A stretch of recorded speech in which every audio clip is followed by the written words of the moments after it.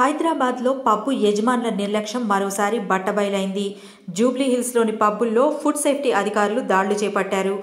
కిచెన్లో బొద్దింకలు, కాలం చెల్లిన ఉత్పత్తులను గుర్తించారు. జూబ్లీహిల్స్లోని డైలీ రిచువల్స్, హాట్ కప్ పబ్బులపై కేసు నమోదు చేశారు.